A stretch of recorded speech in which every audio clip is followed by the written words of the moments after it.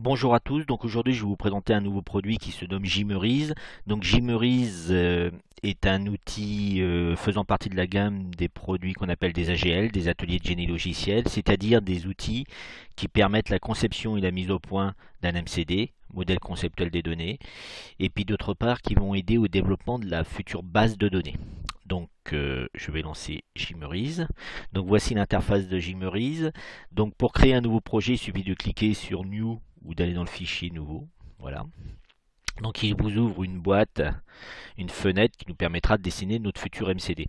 Donc pour réaliser notre MCD, deux méthodes. Soit on applique la méthode Meurize, c'est-à-dire qu'on va commencer par concevoir ce qu'on appelle un dictionnaire des données, puis après on placera toutes les propriétés dans nos futures entités et associations.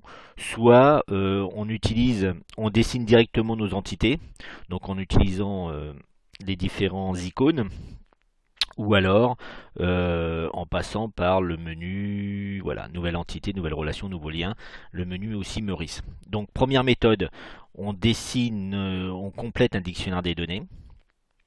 Donc il nous ouvre une boîte de dialogue où il suffit d'inscrire nos différentes propriétés. Donc attention de ne pas saisir directement et puis après de faire créer, mais commencer par créer. Donc imaginons que j'ai une donnée qui s'appelle ID client. Je vais lui mettre un type, donc je vais lui mettre par exemple autant incrément, une taille, 3. Je fais ajouter, voilà, donc il va créer une première propriété. Je vais en créer une deuxième, donc par exemple non client. Je vais plutôt le mettre en varchar, je vais laisser 25, je fais ajouter. Bon, on peut continuer comme cela indéfiniment, donc je vais me contenter de ces deux propriétés. Je fais fermer, et à partir de là, je n'ai plus qu'à dessiner une entité. Je fais un double clic dessus. Je sais qu'une entité porte un nom, donc je vais l'appeler client. Éventuellement, je peux faire un petit commentaire sur cette entité.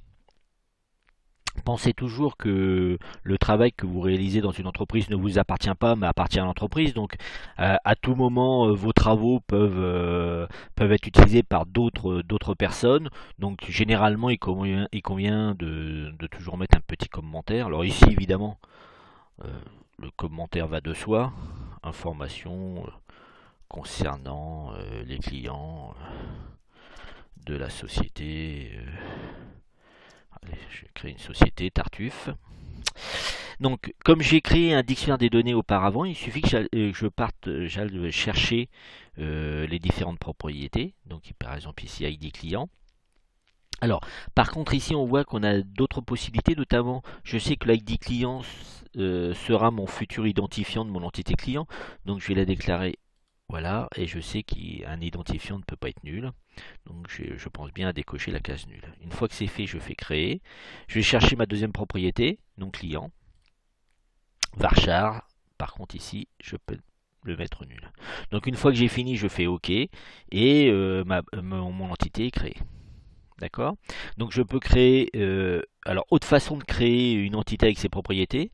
Donc je vais en dessiner une autre. Je vais l'appeler facture. Donc ce coup-ci, je ne vais pas utiliser le dictionnaire des données. Facture, bon, je lui mets pas de commentaire, mais je vais créer directement les propriétés depuis l'interface de création de l'entité. Donc là, je vais mettre aussi un auto-incrément, primary key.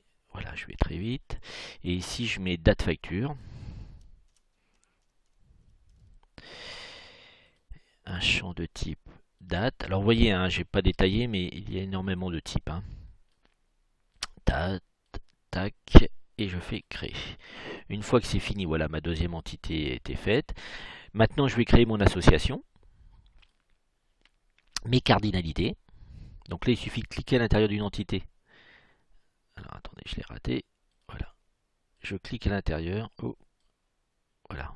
Et je clique ici. Je recommence. Je clique. Et avec le bouton gauche de la souris enfoncé, je lâche ailleurs. Donc là, vous voyez, les cardinalités, elles sont données par défaut. 0N, 0N. Si je veux les modifier, donc là, je reprends la main. Double clic. Et ici, donc un client peut avoir une ou plusieurs factures. OK. Et une facture appartient à un et un seul client. Mon association porte un nom. Donc par exemple ici, appartenir. Éventuellement, elle pourrait comporter des propriétés, si c'était une association de type non hiérarchique. Je fais OK. Voilà, mon MCD est fini, je peux l'enregistrer. Donc je vais lui donner un nom, mon premier MCD. Enregistré. Voilà pour cette première vidéo. Dans une seconde vidéo, nous verrons la traduction du MCD en modèle logique. Et enfin, dans une troisième, nous verrons la génération de la base de données à partir du modèle logique.